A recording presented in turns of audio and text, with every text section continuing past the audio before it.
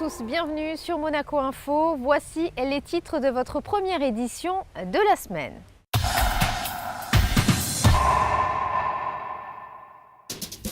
C'est à Paris que nous débutons ce journal. La Fondation de Monaco fêtait ses 80 ans.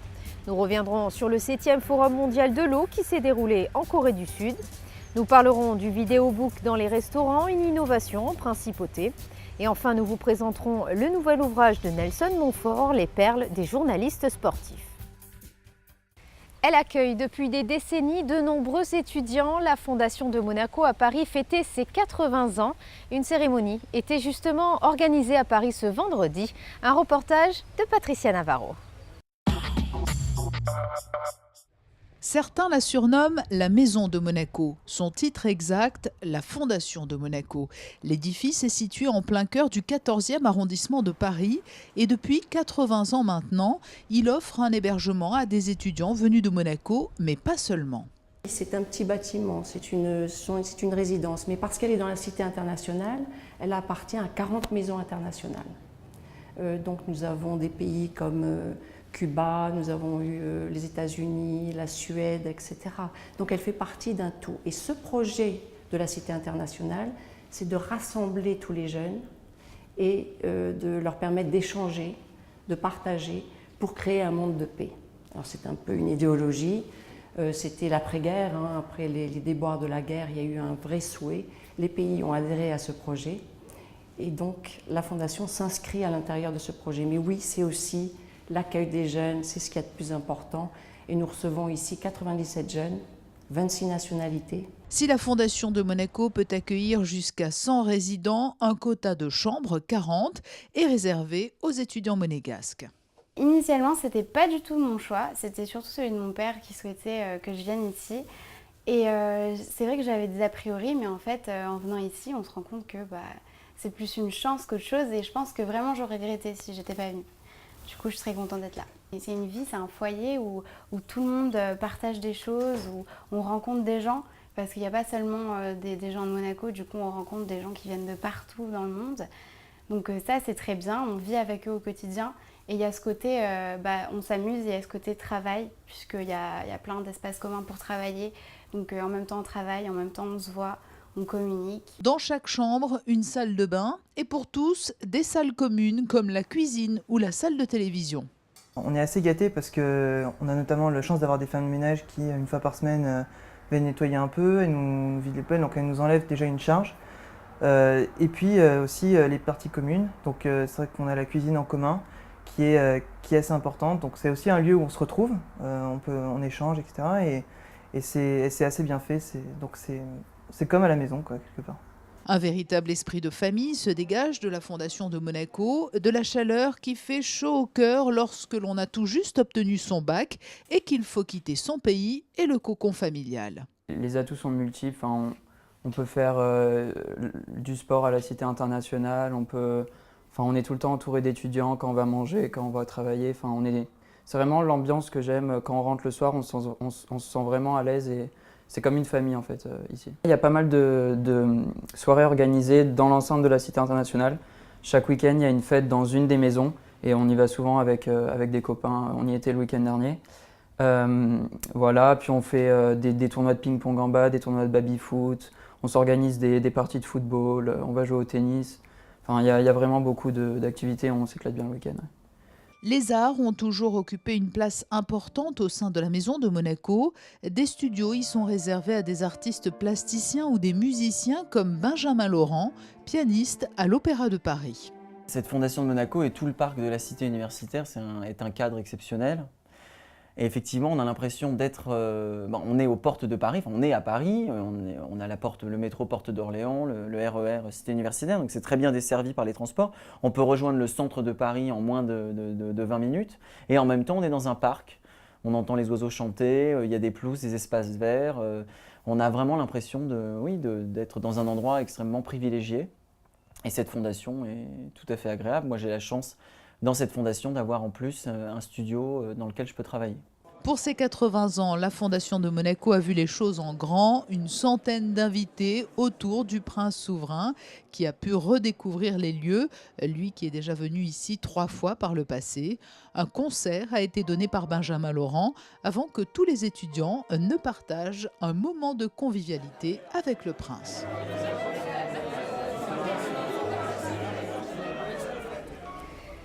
De Paris, direction la Corée du Sud. Nous vous en parlions la semaine dernière. Le souverain a assisté au 7e Forum mondial de l'eau, un forum qui a refermé ses portes le 18 avril. Un point sur les décisions qui ont été annoncées dans ce reportage signé Sandrine Nègre et Sylvain Péroumal. Concentrer les efforts sur les pays les plus démunis, multiplier les investissements pour soutenir des projets d'accès à l'eau potable, réduire les pollutions, augmenter les aides consacrées à des actions de coopération internationale. Voici quelques-uns des axes majeurs évoqués en Corée du Sud lors de la fin de ce 7e Forum mondial de l'eau à Daegu. La même où quelques jours plus tôt, Son Altesse Sérénissime, le prince Albert II, participait à plusieurs side events, à l'image de celui-ci consacré à l'avenir des montagnes, qui fournissent 60 à 80% des ressources mondiales en eau fraîche, mais des lieux hautement victimes des changements climatiques. Autre thématique abordée, celle des villes et de nouveaux modèles urbains qui pourraient proposer une meilleure préservation des ressources en eau et des ressources énergétiques. L'eau au cœur également de cette rencontre avec le président des Eaux de Marseille. Et si les portes de ce forum se sont refermées à Daegu, elles sont closes aussi désormais du côté de Jeonju, où était organisée également une partie de ce grand rendez-vous international. La ville aux cerisiers a notamment accueilli les réunions liées au processus ministériel et régional. C'était une très belle conférence ministérielle qui a permis de mettre en avant les grands problèmes que connaît l'eau aujourd'hui, tant du point de vue de l'alimentation que du point de vue des désastres souvent causés par l'eau. Et c'était très intéressant de voir la volonté maintenant internationale très marquée d'agir dans ces questions qui sont finalement pour le futur. On a conscience que c'est ici comme ailleurs, et surtout dans la question de l'eau, puisque Son Altesse est très impliqué dans la fondation, que c'est quelque chose qui compte parce que c'est un chef d'État et qu'il a vraiment pris l'engagement sur ce domaine, et ça se ressent beaucoup dans toutes ces instances. Dans l'agenda du chef d'État monégasque à Jeonju, un side event consacré à l'éducation et à la construction. Plusieurs rencontres bilatérales ont aussi été organisées, réunissant le souverain et le président du Conseil mondial de l'eau, puis le président directeur général de Veolia, présent d'ailleurs quelques minutes plus tard, lors du lancement du 3e cahier du Water Think Tank Méditerranée qui favorise le dialogue pour promouvoir une gestion durable de l'eau, initiative de la Fondation Prince Albert II en partenariat notamment avec l'UNITAR, le Plan Bleu, l'Office international de l'eau et Veolia Environnement. Alors ces 2 signatures principalement reposent sur des échanges, du partage d'expériences en termes de communication, de dossiers techniques, de dossiers scientifiques. Et après, cela débouche sur des projets concrets qui peuvent être suivis par les 2 organisations. Alors là, que ce soit le ministère de l'eau du Maroc ou le Korean Water Forum pour ce qui concerne l'Asie, puisque la Fondation a une branche en Asie qui est basée à Singapour. Impossible bien sûr d'évoquer l'avenir de l'eau sans parler de celui du climat. Ces 2 thématiques sont étroitement liées. La 21e conférence des parties de la Convention cadre des Nations Unies sur les changements climatiques qui aura lieu du 30 novembre au 11 décembre à Paris occupait déjà tous les esprits. Retour en Principauté avec le book vidéo qui se met à table. Dans les restaurants de la Principauté, il sera bientôt possible de commander son repas à partir d'une tablette numérique. Dominique Poulain vous en dit plus. Le Stars & Bars se met au numérique. Fini le menu traditionnel qui, une fois imprimé, devient obsolète avec aucune mise à jour possible. Place aujourd'hui aux tablettes et à la carte digitale.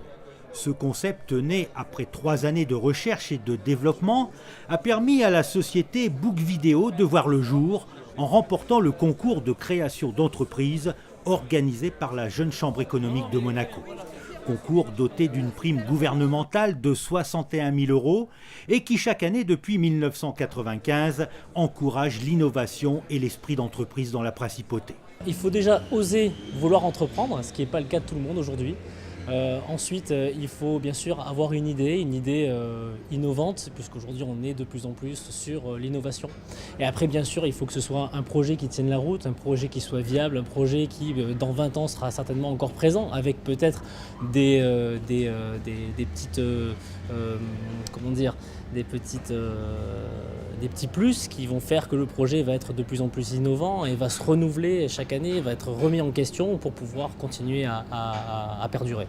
Ressemblant à un livre, le book vidéo permet au restaurateur de modifier plus facilement sa carte, de proposer de nouveaux plats instantanément et de mieux mettre en valeur ses plats. Mais donnera aussi plus d'informations aux clients au moment de choisir leur plat. Le papier ne permet pas de mettre à jour le contenu et donc ne permet pas au restaurant, à l'hôtel ou au café de mettre en avant des plats, de mettre en avant des suggestions, de mettre en avant plus de langues. Donc le papier est très compliqué, n'est pas très écologique et ne permet pas d'avoir un contenu mis à jour. Voilà, donc la tablette est apparue dans le marché et donc on a voulu créer une tablette adaptée qui résout les problèmes actuels avec une bonne autonomie, avec tout ce que la tablette peut proposer, mais une personnalisation. Voilà, c'est vraiment venu de là. Tout le monde connaît, tout le monde sait ce que c'est un iPad. Et c'est vrai que quand on regarde ce type de produit, on pense déjà directement à un livre. Et puis après, en l'ouvrant, on est très surpris de voir qu'il y a un écran.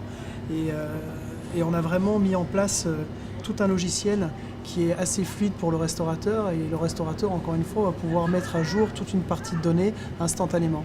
Donc c'est vrai, quand on veut faire des suggestions ou ce genre de choses, c'est très utile pour un restaurateur. Voilà. Ou quand on n'a plus un plat à proposer, on peut directement, donc, encore une fois, être à jour et supprimer ce plat ou le remplacer par un autre. Cette nouvelle carte va également permettre aux clients de laisser un commentaire sur le repas et le service. À court terme, ils pourront aussi consulter l'agenda des événements du restaurant et de la principauté. Une idée bien pensée pour les professionnels de la restauration. C'est un projet qui vient de Monaco et qui va partir vers l'extérieur. Donc ça, c'était pour nous une grande chance de participer à cette expérience. Le produit est superbe. Et vraiment pour le futur. Aujourd'hui, avec certains bancs, on recherche toujours des endroits sur l'écologie, nouvelles technologies, qu'est-ce qu'on peut amener sur notre environnement. Je pense que demain, ce sera les menus de partout. C'est tellement de possibilités, c'est tellement vendeur, on peut mettre tellement d'informations à l'intérieur qu'aujourd'hui, un grand restaurant ou un endroit comme chez nous, c'est un des meilleurs outils. On aime bien donner le choix à nos clients. Et avec ça, on pourra faire un choix plus facilement. Et c'est plus écologique, c'est plus économique, c'est fun, c'est ludique. Je pense que les jeunes vont s'éclater. Peut-être les plus anciens, ça sera un peu plus dur au départ.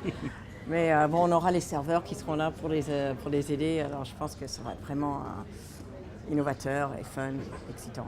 La carte digitale devrait séduire d'autres restaurants de la Principauté et sera, en juin prochain, proposée aux professionnels de l'hôtellerie.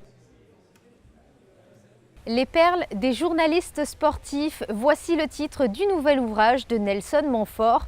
Le journaliste de France Télévisions était en Principauté à l'occasion du Monte Carlo Rolex Masters, mais également pour présenter et dédicacer son livre, Le récit de Sandrine Nègre.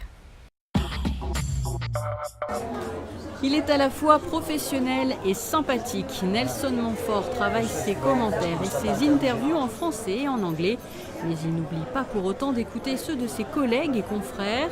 La preuve avec son dernier ouvrage, au menu lapsus, contresens, erreurs et savonnage, de belles perles journalistiques. J'ai effectivement tenu beaucoup de notes. Bon, j'ai une mémoire personnelle qui fait aussi que ça m'a pas mal aidé. Et puis après, le reste, c'est une question d'intérêt, de culture générale. Je suis allé faire 2-3 recherches sur le net. D'ailleurs, ce que je peux dire concernant ce livre, c'est qu'il y a là peut-être une centaine de perles, mais il y aurait pu y en avoir 4 ou 500. Je n'exagère pas, hein, 4 ou 500. C'est-à-dire que... Mais j'ai voulu choisir, des perles chaleureuses, gentilles. Je ne voulais pas mettre en difficulté ni les sportifs ni les journalistes. Football, boxe, cyclisme, certaines disciplines sont plus représentées que d'autres. Le monde de l'Ovalie est très présent lui aussi. Au rugby, l'arbitre est parfois un mauvais flic il arrête souvent le jeu, mais rarement les coupables. Bon, c'est assez bien trouvé, quoi. Ce ne sont pas que les perles, elles sont la plupart du temps très drôles, spontanées, etc. Mais quelquefois, elles sont même assez, presque littéraires, allais-je dire, comme celle que je viens de vous citer. Enfin, il y en a plein d'autres. Le rugby. Rugby, c'était à l'époque où il y avait Spanghero, capitaine du 15 de France dans les années 60. Vous êtes trop jeune, même moi je suis encore un peu jeune, c'est dire. Mais et alors, Walter, vous pouvez nous donner la composition du 15 de France qui va jouer demain matin contre mettons, les All Blacks? Réponse, moi et 14 Kong. Voilà, ça je trouve ça vous fait rire. Ben, moi aussi ça me fait rire. Moi aussi ça me fait rire. Aujourd'hui, ça ne serait plus possible. Aujourd'hui, les joueurs ont fait preuve d'humilité avec un grand U. Alors Nelson Montfort retient depuis de nombreuses années ses perles, mais une question s'impose, retient-il aussi les siennes? Je me suis mis en couverture du livre, une interview avec Michael Chang à Roland-Garros, 15 000 personnes qui étaient autour du cours central de Roland-Garros. Et il dit, j'entends rien, la traduction, etc. Et j'ai voici que Michael remercie un certain Luigi, le pizzaiolo du coin. Et c'était pas du tout. Nelson, il remercie Jésus. Luigi, le pizzaiolo, je connaissais pas. Jésus, quand même, je connais un peu. Et alors qu'on a, pour consigne absolue de ne pas se contredire, là, il fallait. Alors, ça, c'est le genre de perles. Je peux pas dire. Il y a des perles. Philippe Candeloro et moi, on s'est beaucoup mis dans le livre parce que l'autodérision est aussi importante que la dérision. Les perles des journalistes sportifs, un ouvrage chaleureux et plein d'humour. Faisons un point météo pour les prévisions de ces prochains jours. Mardi, du soleil au programme avec des températures qui iront de 14 à 19 degrés. Mercredi, du beau temps toujours avec un mercure stationnaire. Jeudi, détérioration du temps, peu de vent avec des températures qui oscilleront de 15 à 19 degrés. Et enfin, vendredi, un ciel assez peu ensoleillé dans la matinée avec une maximale de 19 degrés. C'est la fin de cette édition, merci de l'avoir suivi. À présent, à la suite de vos programmes, très bonne semaine à tous sur Monaco Info.